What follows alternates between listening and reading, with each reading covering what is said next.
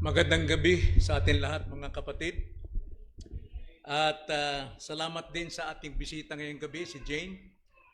First time na siya ay nakadaro sa atin sa prayer meeting. Hoping na sa Sunday ay makarating din. Nakaon ba? Makarating din Sunday. Prayer, alam natin ito yung spiritual na hininga ng iglesia. At spiritual na hininga rin sa atin. Kung hindi po tayo nananalangin, nasasakal at napapahirapan yung ating spiritual na buhay. Alam ko kung kilala nyo o narinig nyo yung mga bukang bibig ng mga kababaihan pagka nabibigla o di kaya mayroon siyang kinakausap na tao, ang sabi niya, ano ba yan? Para ka naman timang. Ano ba yung timang, mga kapatid? Bisaya ba yun o Tagalog? Timang. Ang alam ko, kaya binanggit yung timang dahil mayroon siyang nakitang kapintasan sa tao. Kaya minsan tayo rin ay kapag mayroon tayong saloobin sa isang tao, mayroon tayong inis o mayroon tayong selos, inilalarawan natin siya sa mga bagay dahil gusto nating ipaabot, ipahayag yung ating saloobin na tayo naiinis o di kaya tayo ay naiinggit o pinipitasan talaga natin. Pero ito po ang dapat nating alalahanin bilang Kristiyano, bilang totoong Kristiyano. Hindi dapat mangyari sa atin na maglarawan tayo sa mga kapwa natin, mananampalataya o hindi, dahil meron tayong saloobing may galit, inis o ano paman, kundi dapat nating alalahanin tayo'y mayroon ng bagong buhay. May bagong puso na tayo. At tayo po'y umiibig sa Diyos. At the same time, dahil iniibig natin ang Diyos, naturalmente lamang na iniibig din natin ang ating kapwa. Kaya hindi tayo dapat gumamit ng mga paghahambing o paglalarawan o inihahambing natin ng isang tao sa isang bagay. Now, sa salmo na ating pag-aaralan ngayong gabi, mga kapatid, si Haring David ay kanyang halintulad o inilarawan niya ang mga mananampalataya ng Diyos sa isang bagay na totoo, matibay at matatag. Anong paglalarawan ito? Buksan natin ang ating pong banal na kasulatan o ating cellphone, tablet sa Psalms chapter 125. Chapter 125 verse 1 to 5. Ito po ay pinag-aralan ng mga men sa morning devotion ng Sunday. Ganito po ang pagkakasabi. Ang mga nagtitiwala sa Panginoon ay gaya ng bundok ng Sion na hindi makikilos kundi nananatili sa buong panahon. Kung paanong ang mga bundok ay nakapalibot sa Jerusalem, gayon ang Panginoon ay nakapalibot sa kanyang bayan mula sa panahong ito at magpakailanman. Sapagkat ang setro ng kasamaan ay hindi mananatili sa lupaing iniukol sa mga matuwid upang hindi iunat ng mga matuwid ang kanilang mga kamay sa paggawa ng masama. Verse 4, gawan mo ng mabuti ang mabubuti, o Panginoon, at ang matutuwid sa kanilang mga puso. Ngunit ang mga lumilihis sa kanilang masasamang lakad ay itataboy ng Panginoon na kasama ng mga manggagawa ng kasamaan. Dumating nawa ang kapayapaan sa Israel. Ito po yung ating paksa ngayong gabi. Anyo ng mga nagtitiwala sa Panginoon. Ito po yung ating paksa. Anyo ng mga nagtitiwala sa Panginoon. Tayo manalangin. Panginoon, salamat po sapagkat ang salita ninyo ay malaya pong aming bubuksan bilang salamin ng aming pong totoong buhay espiritual. Makita namin ang aming mga kapintasan, kamalian at kasalanan. At ito po'y may tutuwid lamang ng iyong pong espiritual na salita din naman. Kaya naman, turuan nyo kami sa gabing ito na kami po ay maglarawan hindi lamang sa aming kapwa o kanino paman ayon po sa katotohanan mula sa isang bagong puso na iyong nilikha. Itong aming dalangin sa pangalan ng Panginoong Hesus. Amen. So dito sa ating binasa, Psalms 125 verse 1 to 5, inilarawan ni David ang mga mananampalataya sa dalawang bagay. Saan inilarawan? Una, sa bundok Sion. Ikalawa, sa Jerusalem. Now, tignan natin bakit inilarawan to ni David. Meron ding dalawang layunin. Ang layunin po ay ito. Una, inilarawan ang mga mananampalataya sa bundok ng Sion bilang mga matatatag. Yan po ang Kristiyano, yun po ang mananampalataya. Hindi siya mahina, hindi mahihina ang tuhod, hindi sumusuko anumang pagsubok sa buhay, tulad siya ng bundok Sion. Matatag. Bakit po matatag? Ito'y nasaksihan ni Haring David. Simula nung siya bata pa lamang, nakita niya na ang bundok na ito ng Sion na nandyan na. Hanggang siya nagkabinata, nakita pa rin niya ang bundok na ito na nandyan pa rin. Hindi nagbabago, hindi lumilipat, hindi nauuga. At sa kanyang pagtanda ngayon, nakita niya andyan pa rin. Kaya sabi niya, yung mga totoong mananampalataya, totoong Kristiyano sa ating panahon, kapag sila nagtiwala sa Diyos na higit pa sa bundok ng Sion, ay magiging matatag tulad ng bundok ng Sion. So makikita natin na ito ang pagtitiwala ni David sa mga mananampalataya. Hindi sila mga nagbibigay ng paglalarawan sa kapwa para lang ilahad yung kanilang damdamin. Kundi si David, inilarawan niya ang katotohanan, ikinumpara kung saan dapat may kumpara ang totoong mananampalataya tulad ng bundok ng Sion. Sapagkat ganoon ang pagkakilala ni David sa Diyos. Ganoon ang pagkakilala ni David simula nung siya bata pa hanggang sa tumanda na ang Diyos ay hindi nagbabago. Tapat ang Diyos sa kanya, sa kabila ng kanyang mga pagbagsak, sa kabila ng kanyang pagiging makasalanan, ang Diyos na nanatili pa rin tapat, hindi nauuga tulad ng bundok ng Sion. Siyang lumikha ng bundok ng Sion, higit na matatag, higit na eternal, hindi nauuga, hindi nakikilos, anumang unos, bagyong dumating, hindi nagbabago ang Diyos. Kaya kung ang isang mananampalataya ay nagtitiwalang lagi sa Panginoon, ay siya'y tulad sa isang bundok na Sion. Bakit po? Sapagkat ang mga Kristiyano sa ating pong buhay, tayo po'y hinirang, pinili bago pa lamang likhain ng mundo upang tayo maging katulad kay Kristo. Si Kristo po ang isang bundok, siya yung Rock of Ages. Siya yung tinutukoy na bato noong unang panahon hanggang sa panahon natin. Yan ay sinabi ni Pablo sa Corinthians. Kaya nga, ang sino mang nagtitiwala kay Kristo, siya ay mayroong katatagan. Bakit? Una, siya'y niligtas. Ikalawa, siya isang bagong nilalang. Ikatlo, siya'y lumalago tungo sa pagkakakilala kay Kristo. At ang sino mang kumikilala kay Kristo nang higit pa, ang sabi nga sa John 17:3, ito ang buhay na walang hanggan, na makilala ang isang Diyos at si Kristo na kanyang sinugo. Kaya lahat po ng mga mananampalataya sa Diyos ay itinuring na bundok ng Sion sapagkat taglay nila ang katatagan ni Kristo. Hindi basta-basta ito mapapaling ng anumang mga problema sa buhay. Ganito ang katayuan ng mga nagtitiwala sa Panginoon. Tandaan natin yan. Ilagay natin sa ating isipan kapag tayo dumaranas sa mga pagsubok, matatag ka.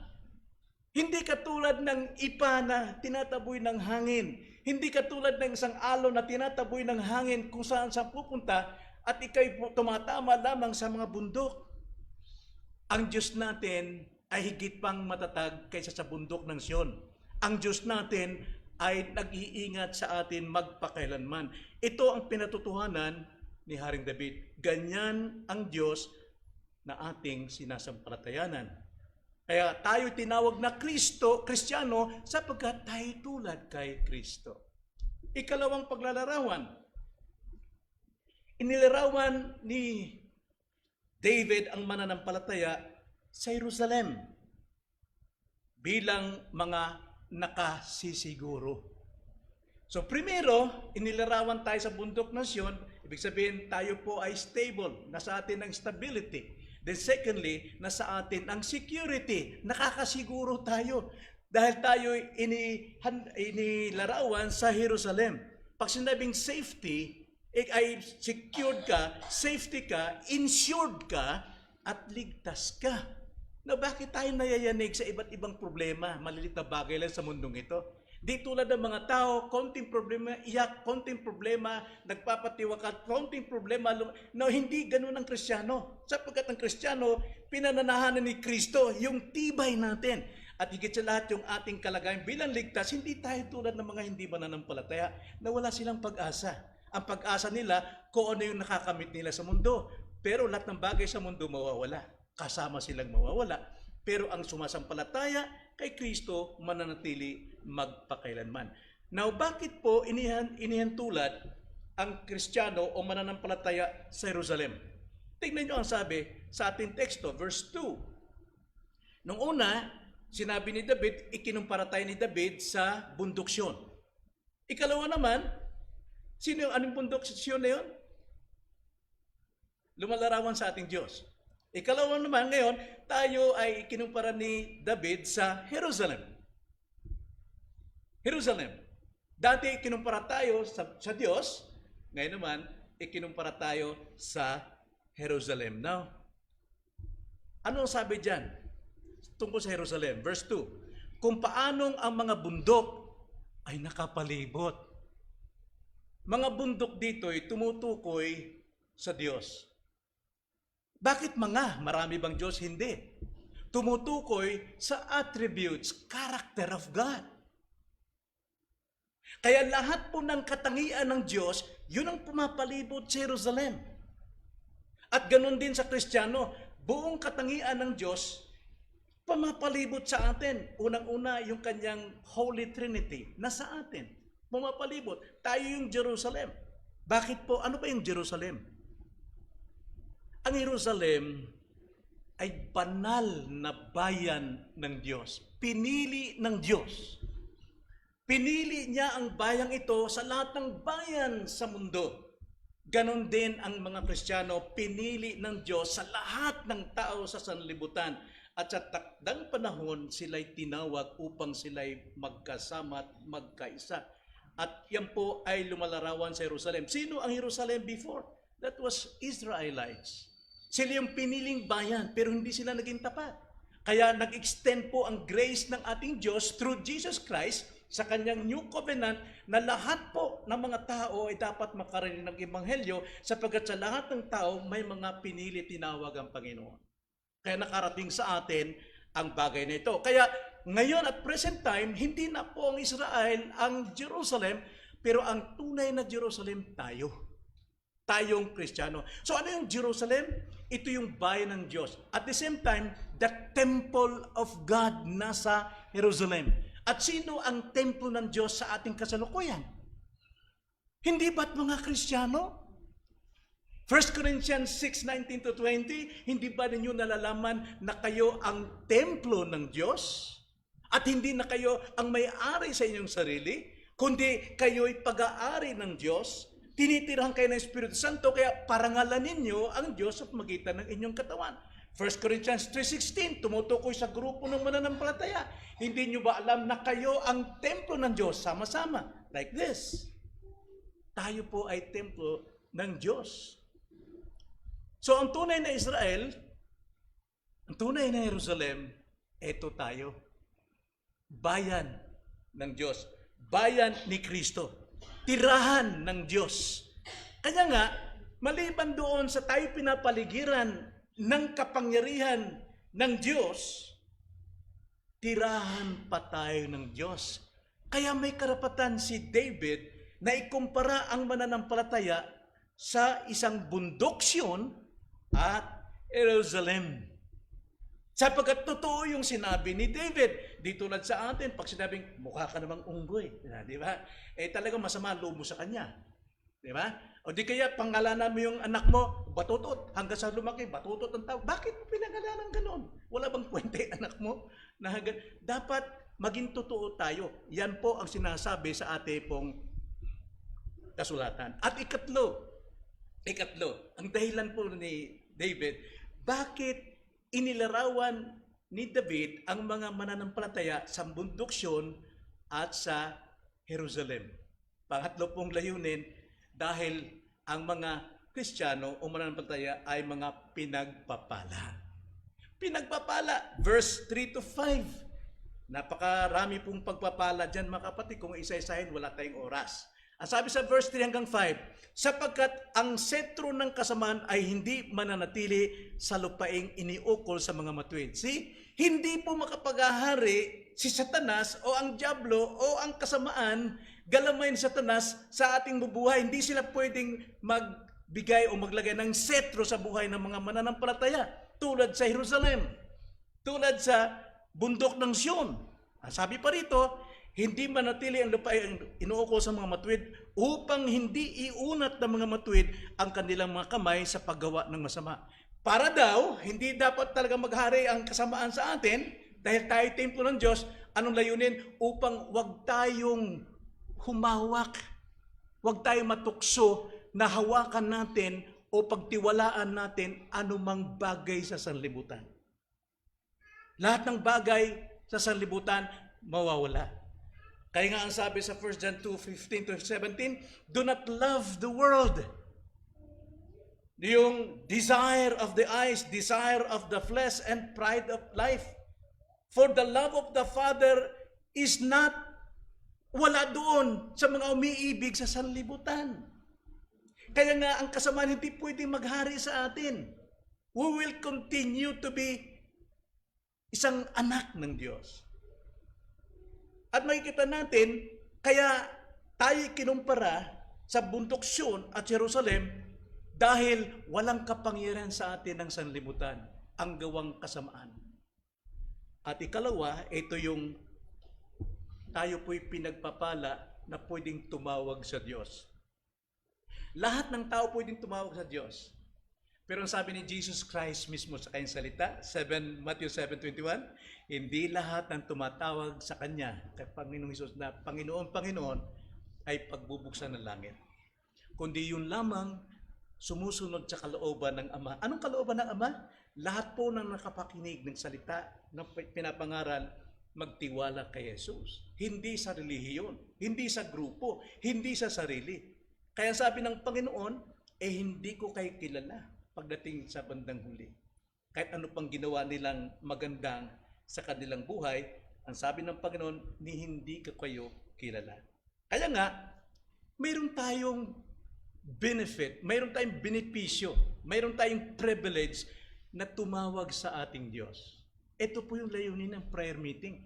May panalangin natin lahat ng ating kabigatan, lahat ng concern sa church, dahil tayo po'y tinuring na bundok Siyon at tayo'y tinuring na Jerusalem, tahanan ng Diyos, pinaligiran ng katangian ng Diyos. Sino maaaring lumaban sa Diyos? Wala.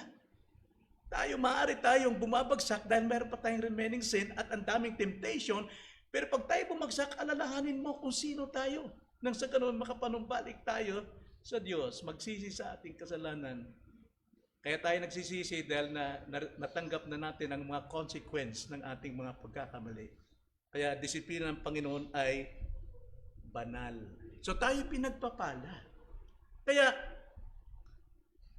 ang Kristiyano ay mailalarawan sa tamang bagay. Hindi sa biro. Kaya wag din nating biruin ng iba. Alam natin, yung mga hindi sumasampalatay kay Kristo, ang sabi sa John 3:18, hinatulan na. Kaya wag na natin silang hamakin, kundi akayin natin sila. Sapagkat they're already judged. Kaya pag namatay sila, tuloy-tuloy sila sa judgment sa impyerno. Kapagan natin sila. Dapat pala natin silang i-encourage sa kanila pong kalagayan. Sapagkat tumatawa sila, malalaking halakhak nila, nangungutya sila sa atin, pero sa realidad, sila'y patungo sa kapamakan.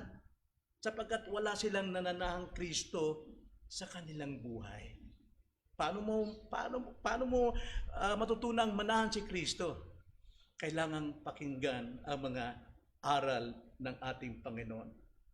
Kaya ano pong gagawin natin ngayong gabi? Anong purpose ng ating pulong panalangin? Tayo po'y patibay ng Diyos sa katotohanan. Only truth can set us free. Kailangan tayong lumago sa mga katotohanan. So ipag-pray natin na sana mga kapatid natin, sila'y makadalo ng mga pagtitipon. Tanda natin, 4 po ang saad po sa banal na kasulatan na dapat nating pagtitipunan. Ano yun? The preaching of the word, the fellowship of the brethren, the Lord's Supper, and prayer meeting.